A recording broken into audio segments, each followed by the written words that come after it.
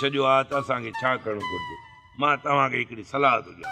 ओबा तुंहिंजे सलाह खां असां ईअं ई भला आहियूं। जॾहिं जॾहिं तो सलाह ॾिनी आहे तो सोचियो आहे न असां पादर ई पादर खाधा आहिनि। हल मोचारा हे छा थो चए? सही तो चए, भोतार पुराणा। अरे हाणे मां नओं भोतार थियण वारो आहियां, तूं मूंखे पुराणो भोतार चवणु छॾे ॾे। बाबा तोखे भोतार हाणे मां ई बणाए सघां थो, पर उन जे लाइ तोखे हिकिड़ो कमु करणो पवंदो। हल हाणे मुंहिंजा अहिड़ा त बुरा ॾींहं अची विया आहिनि जो नौकर ऐं पुट मूंखे सलाहूं था ॾियनि। इहो इन्ही जे लाइ भोतार जो हाणे तूं 80 साल जो थी वहीं। वॾड़ा कोन चवंदा आहिनि 80 मट खसी। हाणे तुंहिंजो दिमाग़ कमु करणु छॾे वियो आहे भोतार। तो ई सुञातो आहे मोचारा, बाबे खे तो ई सुञातो आहे। जेकॾहिं मां इहा ॻाल्हि कयां न बाबो मूंसां विड़ी पिया। हा अरे हा सही सुञातो आहे। हाणे इहो ॿुधायो त छा करणु घुरिजे? बाबा असल में तोखे ॿीहर मरणो पवंदो। मरणो पवंदो? न भागा भाई त सवली कढ।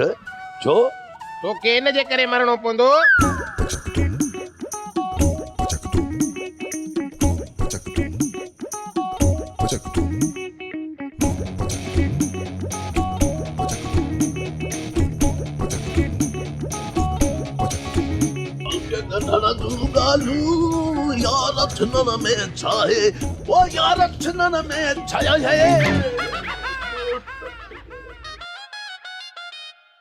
दे ख़बर मुंहिंजा राणा कहिड़ी ख़ुशीअ में कलाम चवंदो पियो वती।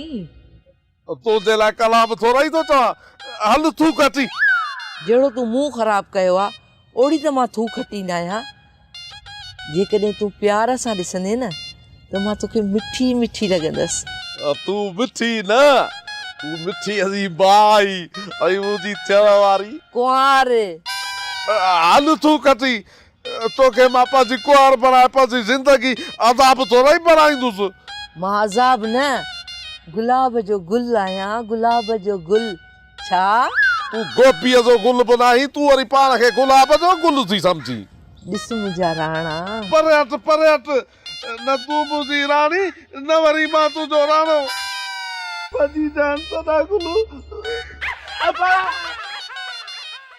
अॼु न सुभाणे त तोखे मञाए वठंदसि मुंहिंजा राणा।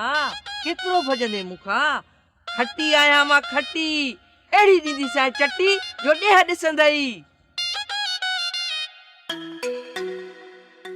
बाबा खतरे जी का बि ॻाल्हि न आहे। मूं इंजेक्शन ॾेई छॾियो आहे, होश में ईंदो बिल्कुलु ठीकु थी वेंदो। तव्हां को फ़िक्र न कयो। डॉक्टर साहब अलाए छो मूंखे ख़ौफ़ थो थिए त होश में अचण खां पोइ करे न का गड़बड़। न न न मैडम का बि गड़बड़ न कंदो। इंशाल्लाह अल्लाह जो कम सां बिल्कुलु ठीकु थी वेंदो। भला इनखे ओचितो छा थी वियो डॉक्टर साहब? असल में हिन खे नशे वारी का अहिड़ी का टैबलेट या का शइ ॾिनी वई आहे जंहिंजे करे हिन जे दिमाग़ ते असरु थी वियो। पर हाणे बिल्कुलु ठीकु आहे, नॉर्मल आहे। तव्हां को बि ख़ौफ़ न कयो। मालिक भलाई कंदो डॉक्टर साहब। ख़बर नथी पवे त हिते असां सां कहिड़ा दुश्मन आहिनि जेके असां सां दुश्मनी कनि था। मैडम तव्हांखे हाणे हिन जो वधि खां वधि ख़्यालु रखिणो आहे। हिन खे जेकॾहिं नशावर शइ वरी ॾिनी वई त पोइ मां बि कुझु न करे सघंदुसि। तव्हांजी महिरबानी डॉक्टर साहब। बाबा मां हाणे हलां थो ऐं हे टैबलेट तव्हांखे लिखी थो ॾियां।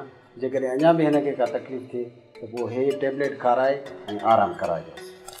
जी ठीकु आहे।